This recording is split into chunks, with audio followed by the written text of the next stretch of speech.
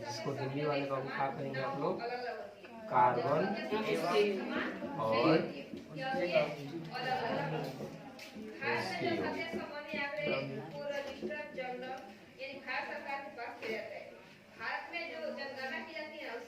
ठीक है मतलब हम लोग को पढ़ना है कार्बन के बारे में और उसके साथ कार्बन के कंपाउंड के बारे में ना। तो पहले ये चीज बताओ कि यहाँ पे पहले एक छोटा सा चीज तुम लोग को हम बता देते हैं। हम केमिस्ट्री का जिस पार्ट का बारे में हम पढ़ने वाले हैं, जिस भाग के बारे में, ये उस भाग में आता है जिस भाग का नाम है कार्बनिक रसायन। क्या नाम है? कार्बनिक हाँ रसायन। तो कार्बनिक रसायन में हम लोग क्या पढ़ते हैं, इसी को मतलब अगर इंग्लिश में अगर बात करोगे तो इसको बोलते हैं ऑर्गेनिक केमिस्ट्री। क्या बोलोगे? Organic chemistry. समझ आ रहा है?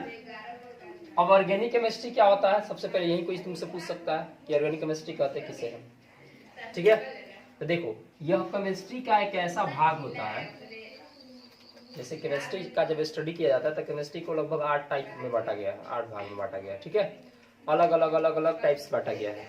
बात समझा रहा है कि ना? तो स्टडी करने के लिए क्या किया गया है, पूरे केमिस्ट्री को अलग अलग बांट दिया गया है, इनऑर्गेनिक, ऑर्गेनिक, एग्रीकल्चर, मेडिसिन। समझा है कि ना? अलग अलग पार्ट्स में, ताकि अगर मन ना होता है कि एक में सब कुछ अगर मिलाकर तुमको पढ़ा दिया जाए तो तुमको ठीक नहीं लगेगा। इसलिए अगर ना होता कि चैप्टर को अगर अलग अलग टाइप से बना दिया जाए और एक जैसा गुण को मिलते हुए एक जैसा में रख दिया जाए तो पढ़ने में अच्छा लगता है। तो कार्बनिक केमिस्ट्री में हम लोग क्या पढ़ेंगे, ऑर्गेनिक केमिस्ट्री में क्या पढ़ते हैं, कार्बन के बारे में पढ़ेंगे और उसके यौगिक के बारे में पढ़ेंगे।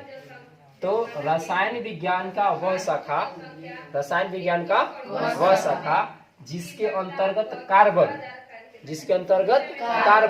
और उसके यौगिक के बारे में अध्ययन किया जाता है। क्या बोलोगे? कार्बन और उसके यौगिक के बारे में अध्ययन किया जाता है, कार्बनिक रसायन कहलाता है। सिंपल काम है। ऑर्गेनिक केमिस्ट्री में क्या पढ़ोगे, कार्बन के बारे में पढ़ोगे और कार्बन के यौगिक के बारे में। दुनिया का जितना भी जीव है सब में कार्बन मौजूद है।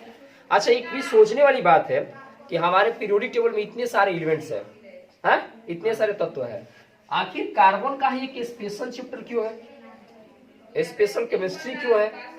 तो कार्बन का स्पेशल केमिस्ट्री है क्योंकि कार्बन एक ऐसा एलिमेंट्स है कि सारे मतलब दुनिया के प्रत्येक जीव जंतुओं यहाँ तक निर्जीव वस्तुओं में भी क्या है, मौजूद है कार्बन।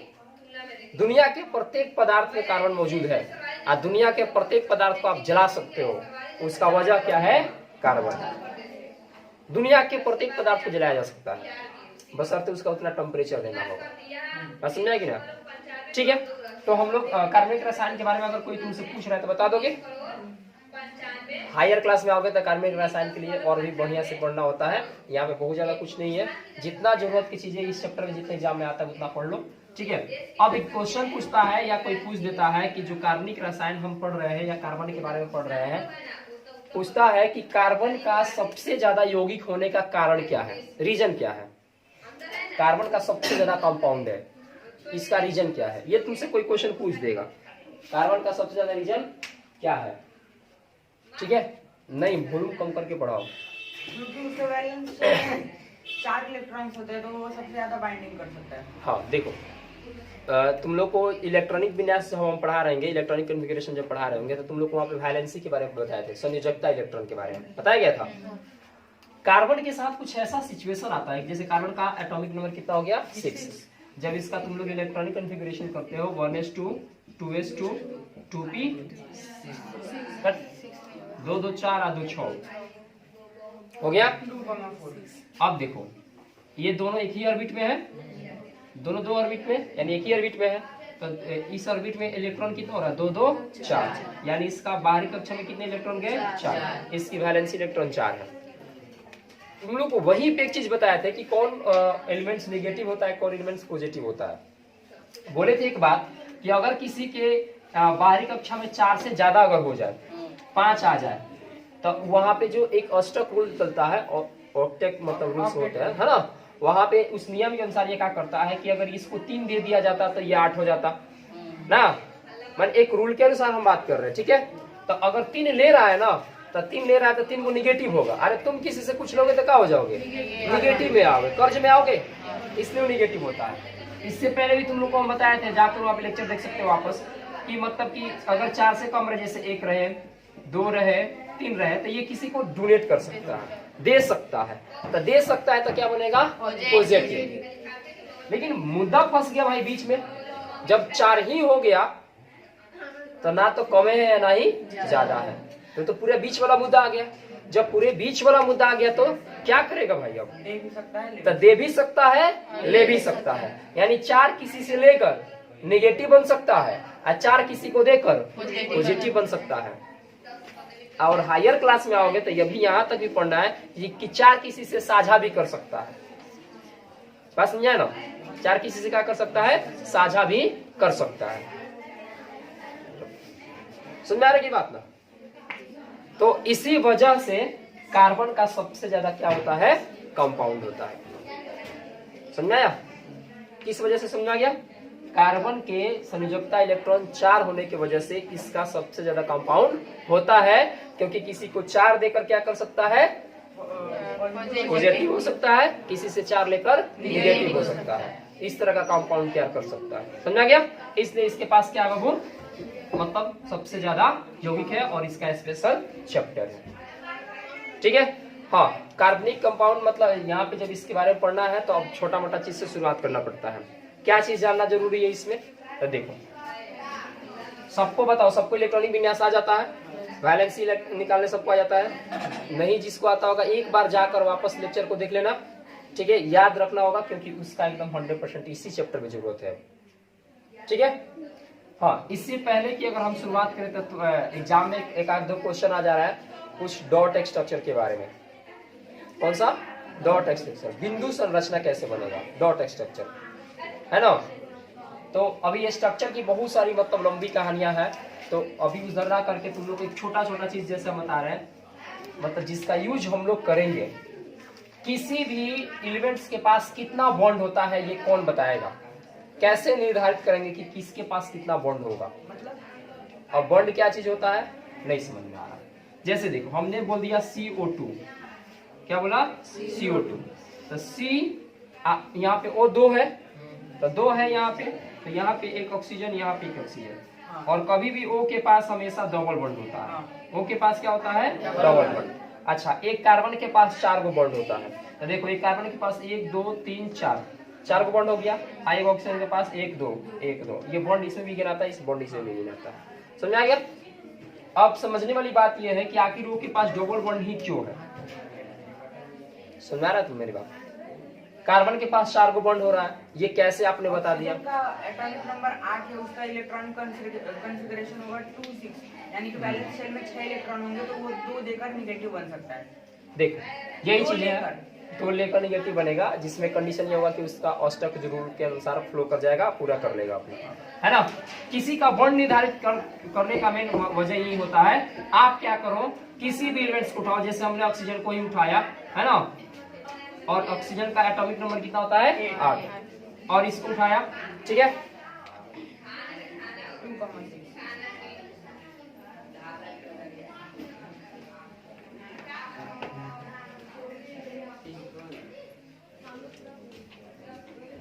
देखो इसको मतलब कौन से रूल से करके इससे दिखा दे, 1s2 2s2 2p4, अरे 8 भी तो करना है, 2 2 4 4 4 8।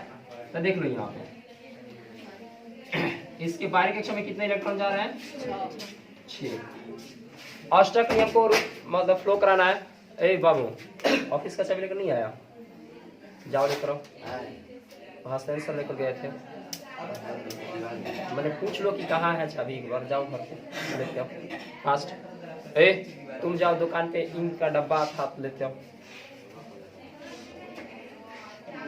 सबको समझा गया।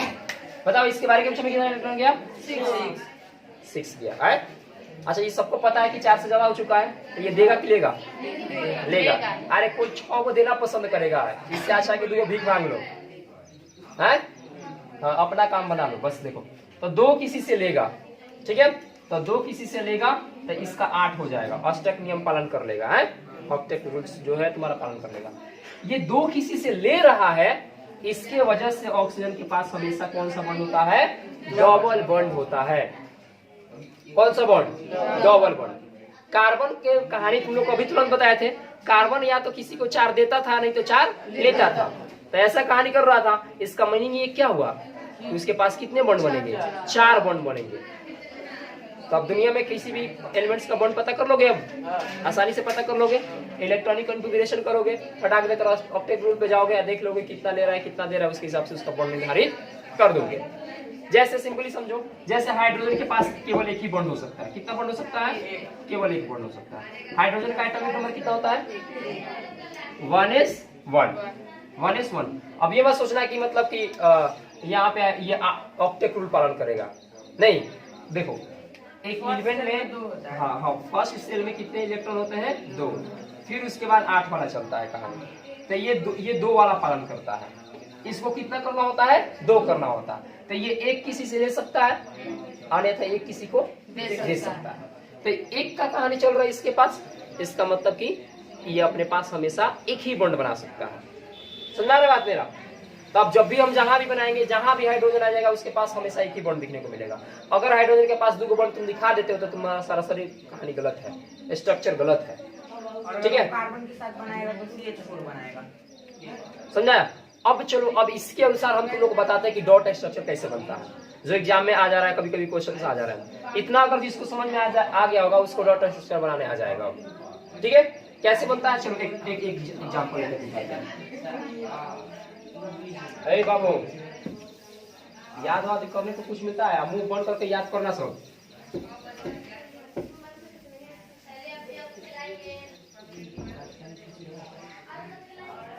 एक बार मोबाइल स्मार्ट मत बन जाओ सब। देखो डॉट स्ट्रक्चर पढ़ा दे, इसको बोलते हैं हिंदी में इलेक्ट्रॉन बिंदु संरचना का, इलेक्ट्रॉन बिंदु संरचना। ये मत समझना कि बहुत बड़ा कोई इसमें फैक्टर होता है। अभी जितना तुम लोग ये काम किया सब वही काम करके दिखाएंगे। जैसे हम तुम्हारे सामने एक स्ट्रक्चर बनाकर दिखा रहे हैं, जैसे H2O का। किसका? H2O। आखिर सोचने वाली बात है कि H2O बना किससे है? H2O बना कैसे है? सोच सकते हो?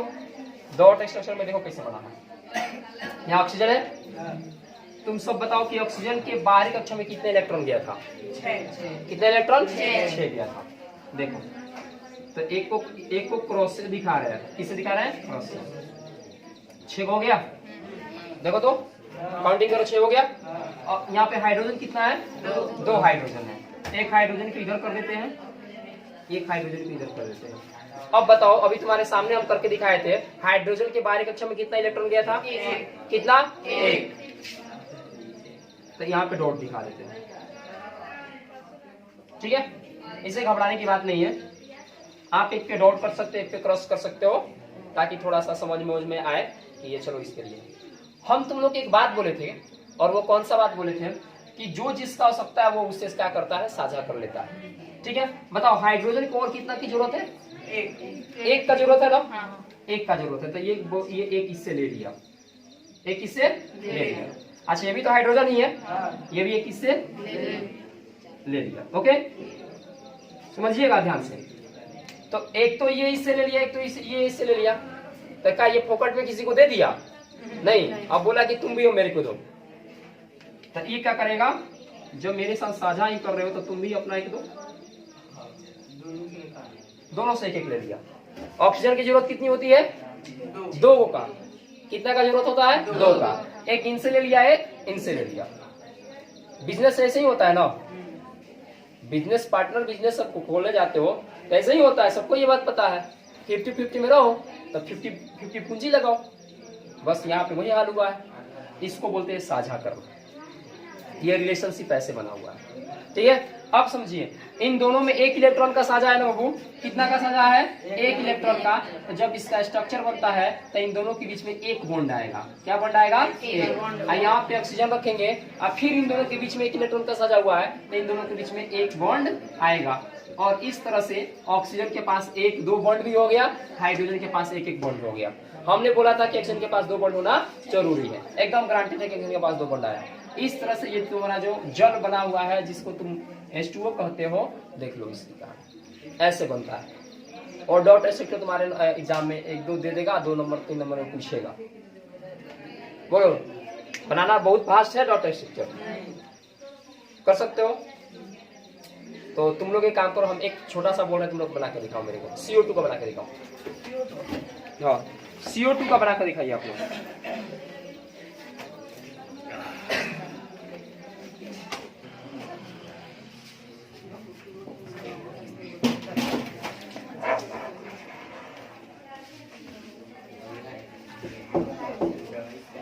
देखो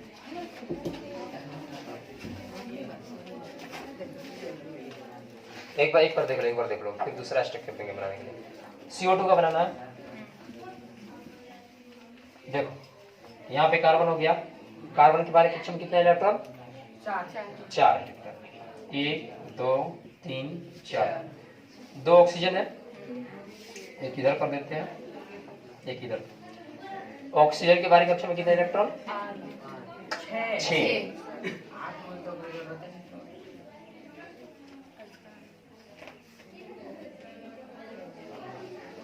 इसको डॉट से दिखा दो।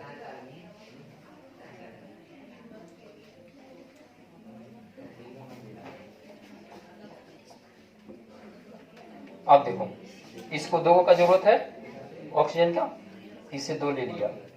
ध्यान से देख लो कैसे बना रहे हैं, इससे 2 ले लिया। इस ऑक्सीजन का भी 2 का जरूरत है, इससे 2 ले लिया, ठीक है। और मान लो कि जब इससे ये 2 को लिया है तो ये भी इससे 2 को लेगा। देखो देखो कहां से हम ले रहे हैं, यहाँ से ले लिए। अच्छा, साथ में इनसे भी 2 को लेगा क्योंकि इनको 2 को दिया था, हिसाब बराबर करेगा, अपने कब्जे में ले लिया। अब देख रहे हो यहाँ पे कंडीशन। अब यहाँ पे जो आएगा इसको लिख सकते हैं ऐसे, ठीक है। हाँ, C11 को यहाँ पे दिखा सकते हो। बात ये हुआ, इसको आगे लिख सकते हो। आ जाएगा? अगर आ जाएगा तो करके दिखाओ।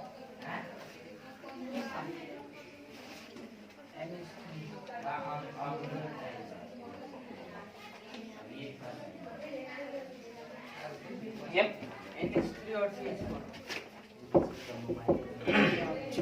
NH3 और CH4। देखो बहुत लोग को ये छोटा छोटा चीज समझ में नहीं आ रहा, बना सही रहे हो, तुम लोग को वो दिखाने नहीं आ रहा। NH3 है, बताओ ये चीज बताओ, N के बारे कक्षा में कितने इलेक्ट्रॉन जाते हैं? 5। तो 1 2 3 4 5। हमेशा फास्ट क्यों कर दे रहे हैं, इसके पीछे कहानी है। H कितना है? 3 है। एक H यहाँ पे दे देते, एक H यहाँ पे देते, एक H यहाँ पे देते। हाइड्रोजन के बारे कक्षा में कितने इलेक्ट्रॉन होते हैं? 1। हाइड्रोजन को जरूरत कितना पड़ता है? 1 का। एक किससे ले लिया? देखो एक बार ध्यान से देखो हम क्या कर रहे हैं। एक किससे ले लिया? यह भी हाइड्रोजन एक किससे ले लिया, यह भी एक किससे ले लिया। देखो अपने चुंगल में फंसा रहे तो समझा रहे तुम लोग को ना ये चीजें, तो ले लिया इससे है। अब कहने का मतलब ये है कि इससे लेने का तो ले रहा है, तो जब ये भी इससे लिया तो ये भी तो इससे लेगा, ये भी तो एक किससे लेगा, ये भी तो एक किससे लेगा। फोकट का दिया तो नहीं किसी को, तब लेगा। तो लेने का जब प्रोसेस तुम दिखा रहे हो ना, तो इसको ऐसे दिखाओ कि लगे कि सब एक साथ जा रहा। देखो तो सब बन गया। तो आगे का इसका देखो, ये हो गया डॉट स्ट्रक्चर, इलेक्ट्रॉन बिंदु संरचना। इसी को जब बॉन्डिंग करके दिखा देते हो, क्या करके दिखाते हो? बॉन्डिंग करके। तो इसी को बोलते हैं लोग संरचना सूत्र, स्ट्रक्चर फॉर्मूला। बात समझ आएगी ना? हाँ, इसी को जब ऐसे कर देते हो तो इसको बोलते हैं लोग आणविक सूत्र, मॉलिक्यूलर फॉर्मूला। समझ आएगी ना? एक ही चीजें है, बस व्यू अलग अलग है। देख रहे हैं थोड़ा सा, ठीक है? ये बात समझ पाओगे? डाउट है? देख लो एक बार, छोटी सी चीजें हम तुम लोग को एक बार बता देते हैं, कभी कभी एग्जाम में क्वेश्चन आ जाता है। देखो सब लोग को पता है कि कार्बन का जो अप्रूव होता है 2, कार्बन कार्बन की बात करोगे तो हम लोग आज तक जो पढ़ते आए हैं कार्बन के दो ग्रुप में हीरा और ग्रेफाइट। क्या पढ़े हो? हीरा और ग्रेफाइट। इसके पीछे कुछ कहानियां हैं, वो एक छोटा सा सिंपली वाला है ग्रेफाइट। सबको पता है कि यह भी कार्बन का ही एक रूप है, यह भी कार्बन का ही एक रूप है, यह भी कार्बन से ही बना हुआ है, यह भी कार्बन से ही बना हुआ है ना। बट ये मतलब सबसे सॉलिड होता है, हीरा सबसे क्या होता है? सॉलिड होता है, जबकि ये मुलायम होता है। इसमें इलेक्ट्रिक पास कर जाता है, देखो नॉन मेटल है पर इसमें क्या पास कर जाता है? इलेक्ट्रिक पास करता है, जबकि इसमें पास नहीं करता है। कोई पूछेगा कि ऐसा क्यों होता है, ऐसा क्यों होता है? जवाब दे सकते हो? हाँ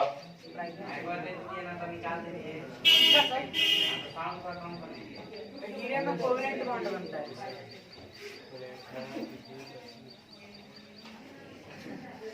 ठीक है। हीरे में कोवेलेंट बॉन्ड बनता है, यानी कि एक एटम से 4 एटम जुड़े हुए होते हैं, इसलिए वो बहुत ज्यादा ये हार्ड होता है। देखो सबसे बड़ी बात होती है कि जो डायमंड होता है, जितने भी इसके कार्बन होते हैं, जितने भी इसके कार्बन होते हैं, ये अपने पूरे के पूरे बॉन्ड बना लिए होते हैं, पूरे के पूरे बॉन्ड बना लिए होते हैं। एक कार्बन के पास कितने बॉन्ड होते हैं? 4 होते हैं। ये एक सी दूसरे सी से जुड़ा होता है तो पूरे 4 बॉन्ड से, फिर एक सी दूसरे बॉन्ड से जुड़ा होता है तो पूरे 4 बॉन्ड से। कहीं भी इसका बॉन्ड गैप नहीं होता है, समझ रहे मेरे बात? कहीं भी बॉन्ड इसका गैप नहीं होता है, खाली नहीं होता है ना। यहाँ पर भी अगर एक सी से जुड़ा होता है, यहाँ पर भी 4 बॉन्ड बनाकर तैयार है, हर जगह 4 बॉन्ड बनाकर क्या है? तैयार है। तो कहीं भी कोई भी चीज इसमें फ्रीडम नहीं दिखाई दे रहा है, सब लोग एक दूसरे के साथ बिजी है, फ्रीडमता नहीं है।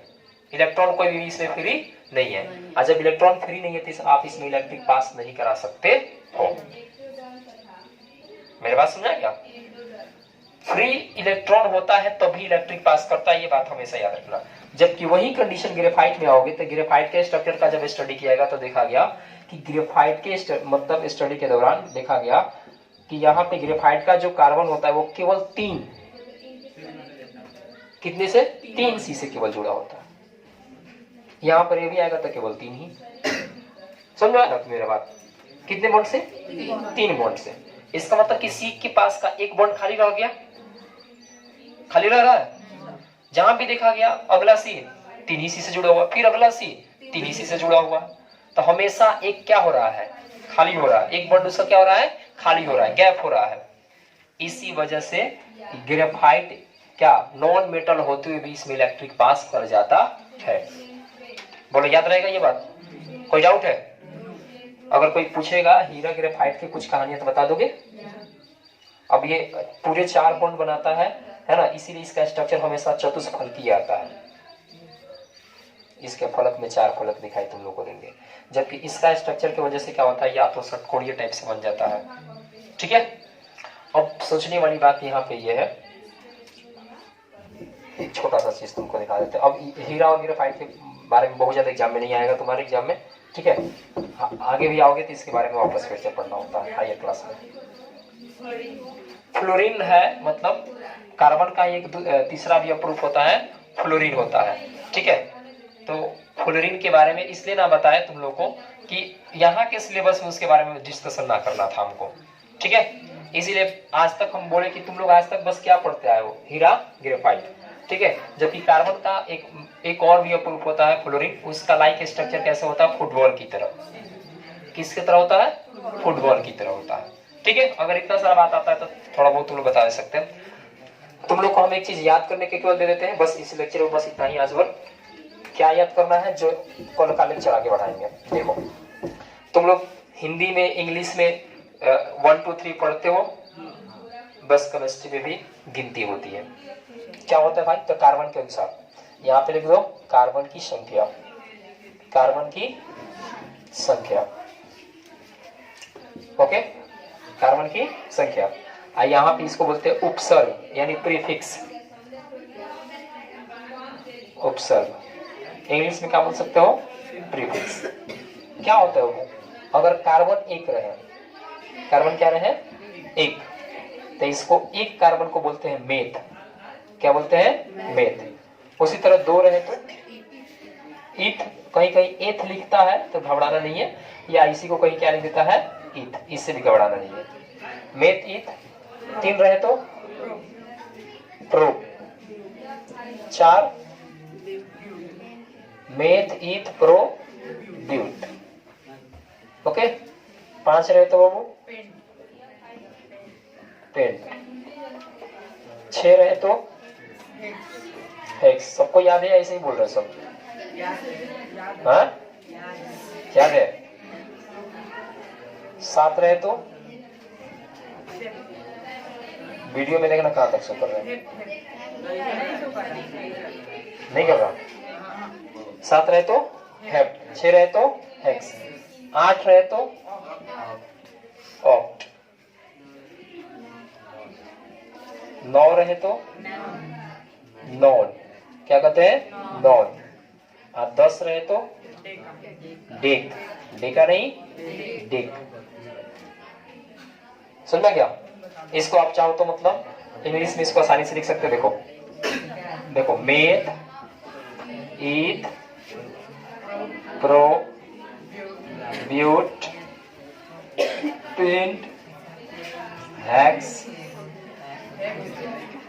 हैप्ट ऑक्ट नॉन डेक। आप इसको लिख लीजिए, इसको याद कर लेना होता है, ठीक है। और इससे आगे का सारा स्ट्रक्चर चलेगा जो कल बताएंगे।